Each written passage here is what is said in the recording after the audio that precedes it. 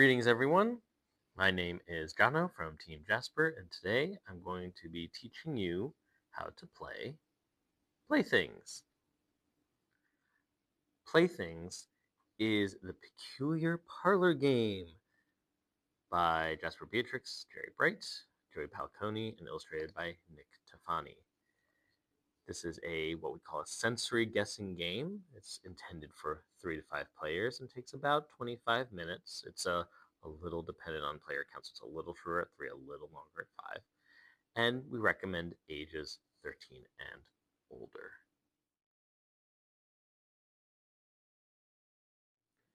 If this is your first time playing Playthings, you have one bonus piece of work to do to set up, which is to create the invisible dog leash. Take one of the 4 shoelaces and simply tie it into a basic knot around the silicone bracelet, like so. Your copy of Playthings will come with the following components. You'll have 9 of these friends cards, which have friends on the back and different characters on the front. You'll have 9 play cards, again, marked on the back with text on the front with different games. You'll have 1 Night Terror reference card. It says Night Terror and has reference information and reminders for the Night Terror. 9 toy cards, each with a unique favorite toy on it. 9 toy chest tokens, each with a matching toy with the toy cards. 25 of these double-sided point tokens. They all say 1 on one side, and then they either say 3 or 5 on the other side in order to calculate score. You also have 8 of these actual jingle bells, 1 house playmat, 4 shoelaces, and a silicone bracelet, as well as our box, the rules, and an extra insert with a reminder of the QR code that you can scan in order to get more help with playing the game. To begin setup, make sure you've divided the 3 main decks of cards and shuffled them and placed them nearby and within arm's reach of all players. That would be the friends cards, the play cards, and the toy cards. Once you've done so, you can lay out the game mat, again, placing it hopefully within easy reach of all players. This game is fairly physical and uses some dexterity, so giving people a fair chance to reach the mat is very important. You must select a player to be the Night Terror. That player receives the Night Terror card along with the reminders on the back. That player also receives all 9 toy chest tokens, which for their own ease of use should be turned face up. Finally, make sure all remaining components are within reach, including your bells, your shoelaces, the invisible dog leash, point tokens, and the game box, which may come into play as a game component. Between rounds, you will want to reset the play space to this level in order to run a new round, selecting a new Night Terror each time.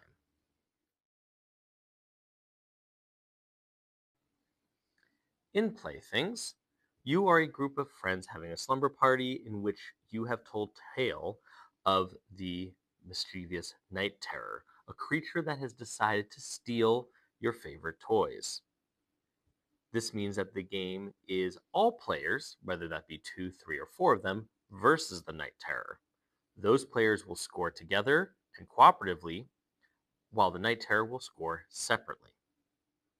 Each round of the game will proceed over 3 phases, evening, night, and morning, during which players will be trying to receive points based on their actions and choices.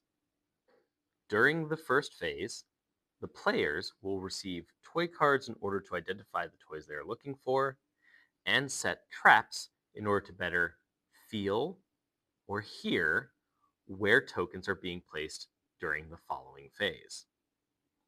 During the second phase, they will close their eyes while the Night Terror places these tokens in rooms, announcing them as they go. It is worth noting that during this phase, the players may choose to cheat by peeking at where the toys are placed and pretending that they heard or felt where they went, or are going to be rather lucky when they make their guesses. During the third phase, the players open their eyes and discuss where they believe their toys are hidden, for they will receive points on efficiently finding not just their own toys, but each other's. The Night Terror, on the other hand, will observe and listen to the players and try to guess correctly who peeked and who did not. Final scoring of each round is based on the friend's ability to find their toys and the Night Terror's ability to guess if they peeked or not. The round is then reset back to basic with a new Night Terror chosen, and you play until each player has been a Night Terror and accumulate points over all those rounds to find out a winner. During the first phase, evening, the team of players will prepare the play space for the second phase. This begins by either shuffling and dealing a toy card to each player, or having each player look at the toy cards themselves and choosing one they would like. So, in a 3-player game, 2 toy cards are dealt, 1 for each of the friends. They peek at them secretly and can share them with each other to know what to listen for later. They will then draw 3 friend cards. This will determine what kind of special decisions they get to make about the mat. For example, the Ben card lets 5 player fingers to be under the mat during the night.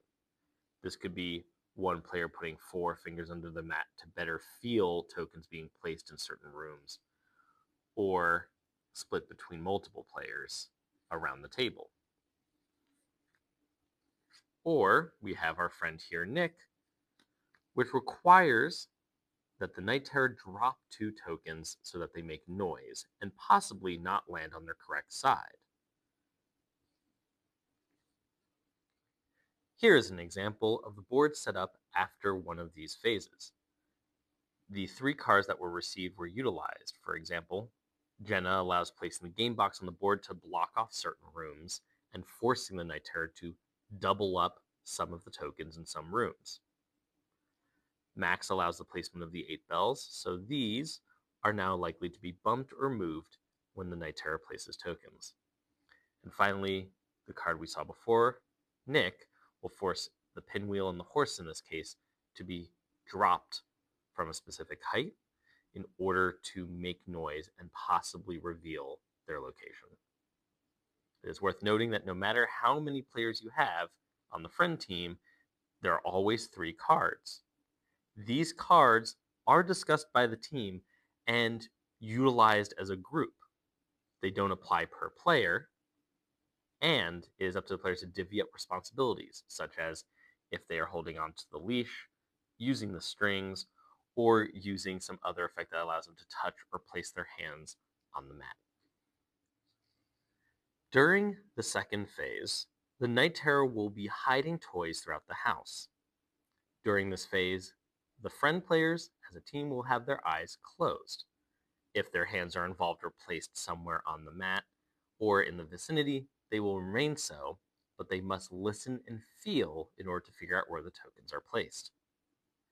The Night Terror must place all 9 tokens and follow some restrictions.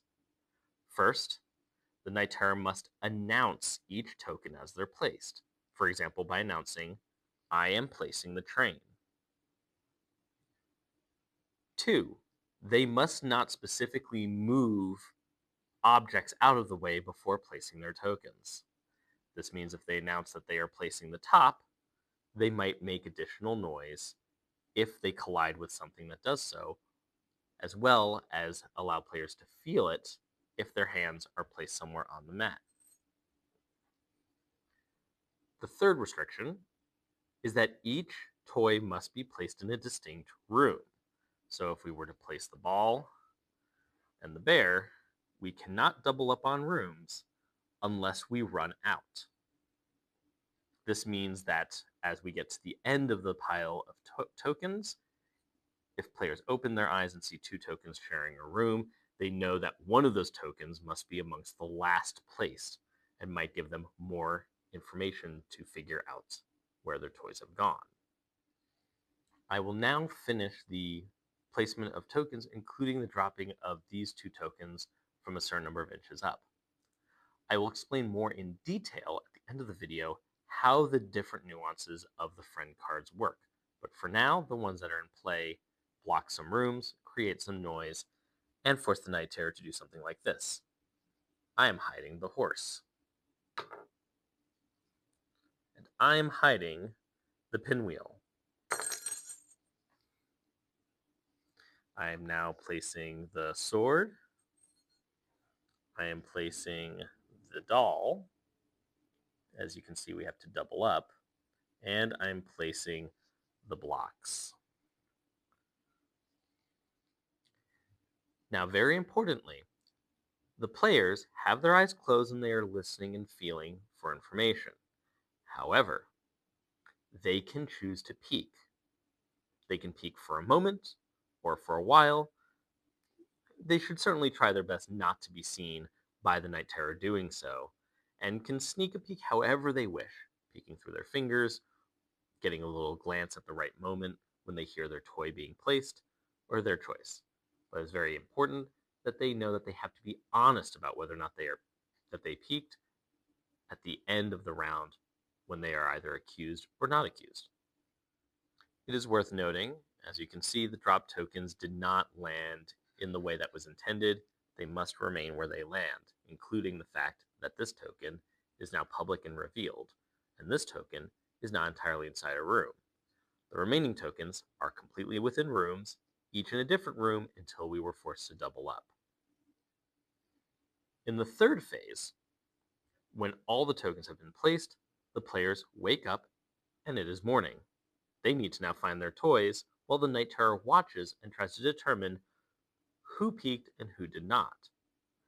The players can publicly reveal the toys that they are looking for and discuss the things that they felt and saw. When the players are ready to guess, they can either simply have a finger on the token that they're guessing, or place their card on top of the token that they need to guess. Once the players have guessed, the Night Terror will privately look at each token and determine if they're right. If they're right, they will return the card and the token together. If they are incorrect, they will not tell him what it was and simply return the card.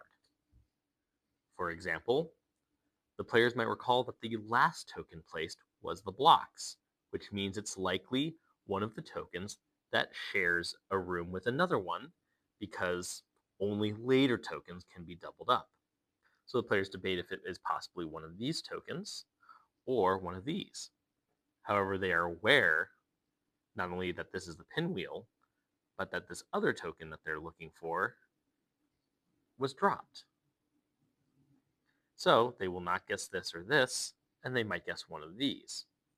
This debate goes as they desire, where players will either make a best guess or use the logic of what has occurred in order to determine where their token is, sometimes with a great deal of accuracy. Again, it's worth noting that some of them might have peeked, which they are now hiding as information from the Night Terror. They might have peeked and know that this is the blocks, but they're now providing reasoning that makes the Night Terror doubt that they peeked and that they in fact figured it out fairly and on their own. Now, very importantly, not all is lost. The friend players do get a second guess.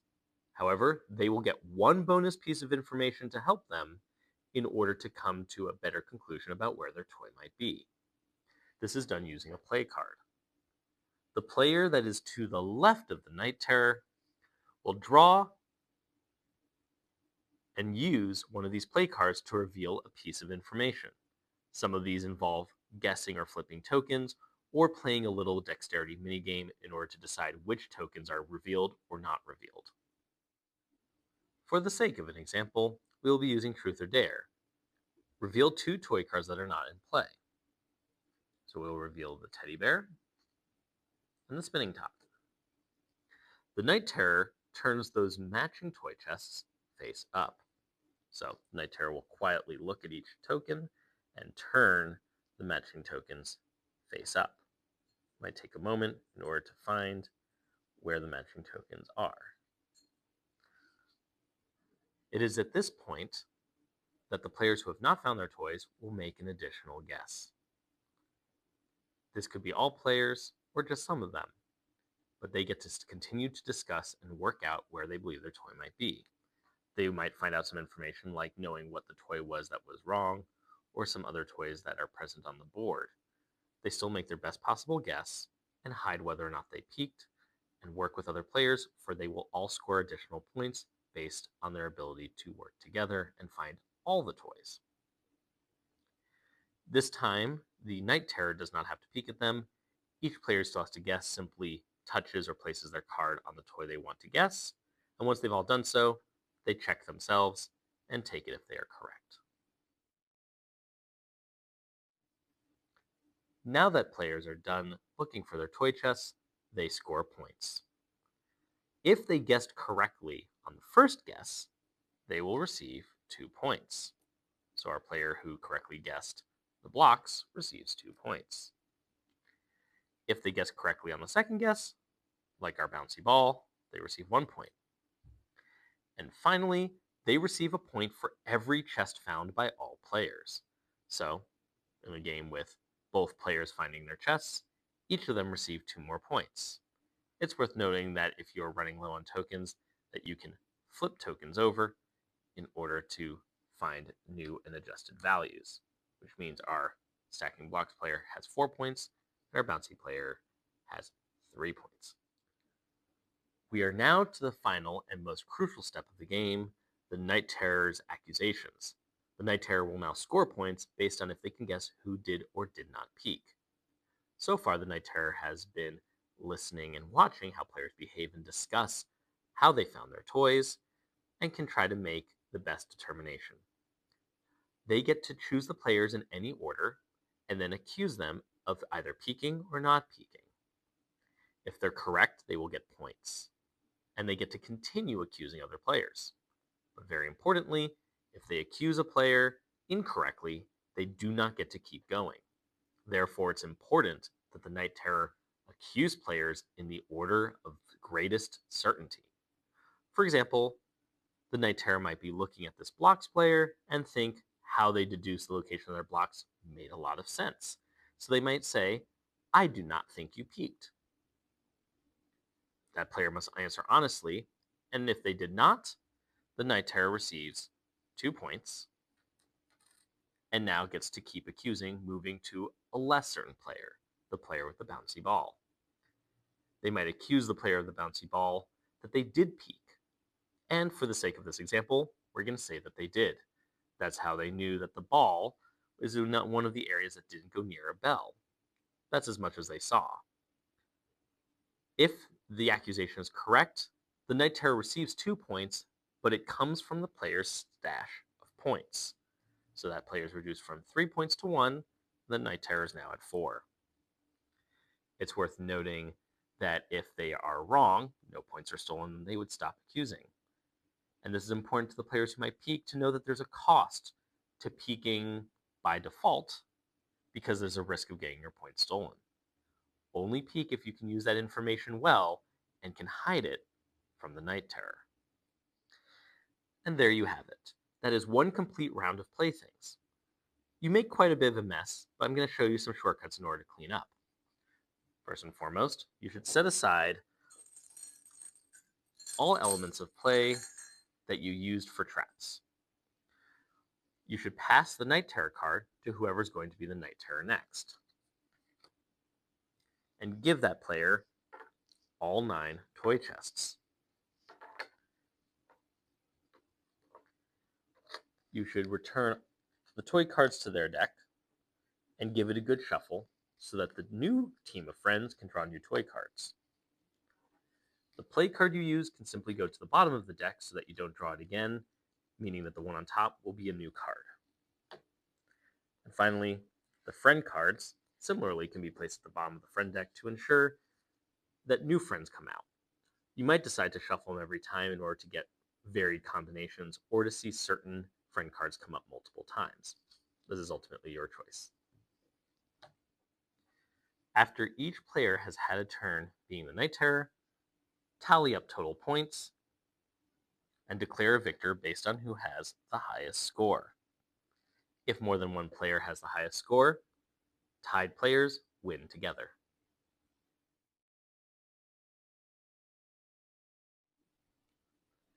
At this point, you have enough information to play Playthings. However, you might like to have a more in-depth explanation of the different friend cards because of their impact on the game. I am right now going to briefly go through each one and give some examples of how they're used. If you have more questions, feel free to reach out to us or use the FAQ that is in the rulebook and on the insert card, where there will be additional explanations as well as examples of past play. We will begin with Jenna. Jenna has the toy chest, which is the Playthings box. The box can be used with up to one hand touching it. The box can be placed above or below the mat and may be opened or closed. This can be used to block rooms to force toys to double up, can be placed in a position in which it inconveniences the Night Terror's ability to see things. It can be used in order to distort the board to make it more likely that a placed toy might tilt or fall over. And since it can be opened or closed, it can provide many different permutations of how to disrupt the mat. An important thing to clarify is that the players cannot directly interact with or mess with the tokens, and unless the gameplay says so, cannot be touching the mat itself, and there has to be enough space to place the tokens. So, for example, doing something like this, in which the game has now become inherently unplayable, would not be acceptable. However, making it so that only a couple of rooms are available would be acceptable, although I'm not sure how useful it might be, except to maybe confuse the Night Terror and give the players a different way to disguise whether or not they peeked. It is worth noting that you can have a hand touching or not touching the box, so it's an excuse to have your arm and hand nearby that it might be bumped against as the player, who is the Night Terror, places tokens.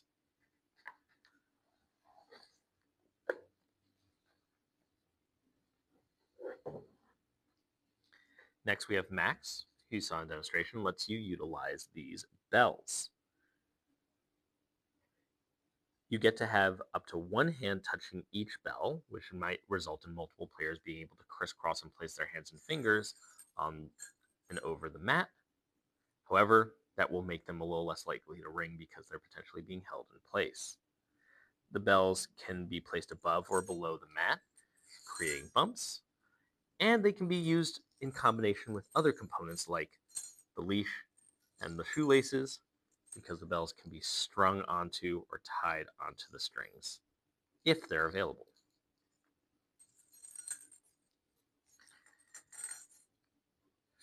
The next two cards are similar, so I'll present them together. You saw this during the example. Two toys will be dropped from a few inches up, and Jasper. After the token is placed, it must be knocked 3 times. Very importantly, to know which tokens are used for this purpose, you'll be drawing an unused toy card for each symbol. So, after the players have already been dealt their toy cards, you will be drawing toy cards for what goes here. For example, the pinwheel and the doll. So while you'll get more information, there's a guarantee that those two toys are not the ones the players are looking for. So the players knowing where they are or hearing where they are will reduce choices of where their toys can be hidden, but not give it away. It's worth noting that when combined with some other activities such as disrupting the mat or having a hand touching or near the mat, that the act of knocking or the dropping might create different vibrations or make things more audible or more likely that they'll tip or fall over.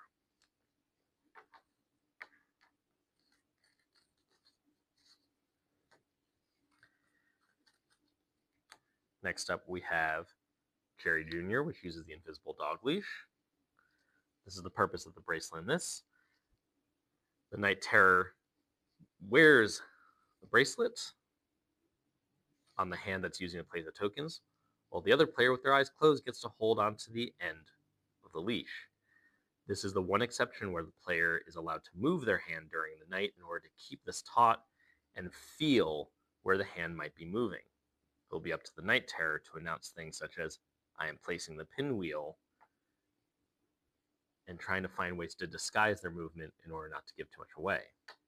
It's worth noting that this component can also be tied onto the additional strings or combined with the bells. It's worth noting that this is also seemingly everyone's favorite, just because it's so weird and it gives some really interesting information.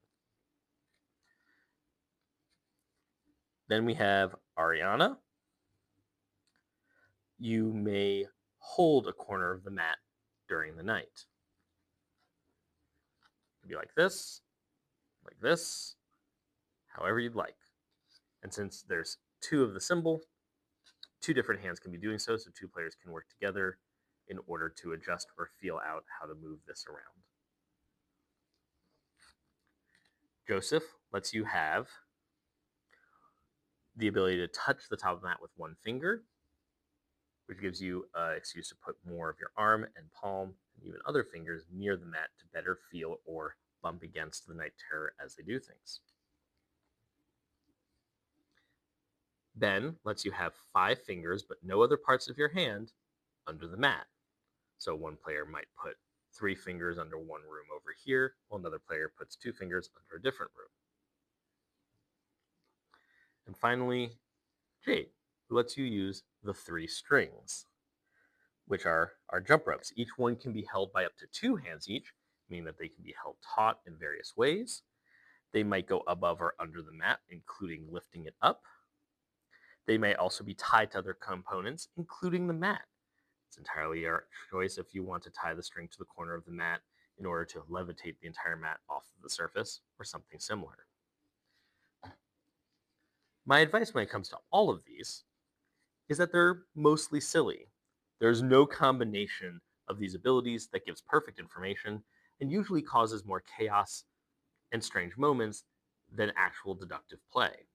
This is very important. Sometimes you'll have information that will give you a better guess as a player who did not peek, but more importantly might provide you appropriate cover, a miraculous moment, if you will, to convince the Night Terror that you did not peek when you in fact did. A good example is a game in which players had successfully found a way to have their hands above or below touching almost every room with the right combination of 3 friend cards. When those players woke up, they discussed where the toys were, and one of them deduced perfectly where everything was and said that they had solved and broken the game. This convinced the Night Terror that they had not peeked, but they were lying. They did in fact peek and gave quite a bit of a bluff in order to describe where all the tokens were without giving away their secret information. Finally, it's worth giving some advice to the Night Terror as well. The Night Terror's goal is to figure out if players peeked, and to pay attention to how they talk about or how they determine information. Do they make a best guess between 2 things, make a wild Hail Mary that seems to work out, or advise each other in ways that don't make sense to you? If you'd like any of this advice again, it also appears on the back of the book, both the advice for the guests and for the Night Terror, as well as the information in our FAQ, which can help give further advice. This is ultimately a fairly unique game that requires a unique state of mind in order to master it. You could, of course, play it quite chaotically and just enjoy your time, but you can also play it to win. Let us know if you have any questions about the game, and reach out, see if we can update our FAQ even more. With that, thank you for learning how to play Playthings and sticking around to the end of the video to learn more about the individual friend cards. If you have further questions, including questions about the different play cards, please go to our FAQ. With that, take care.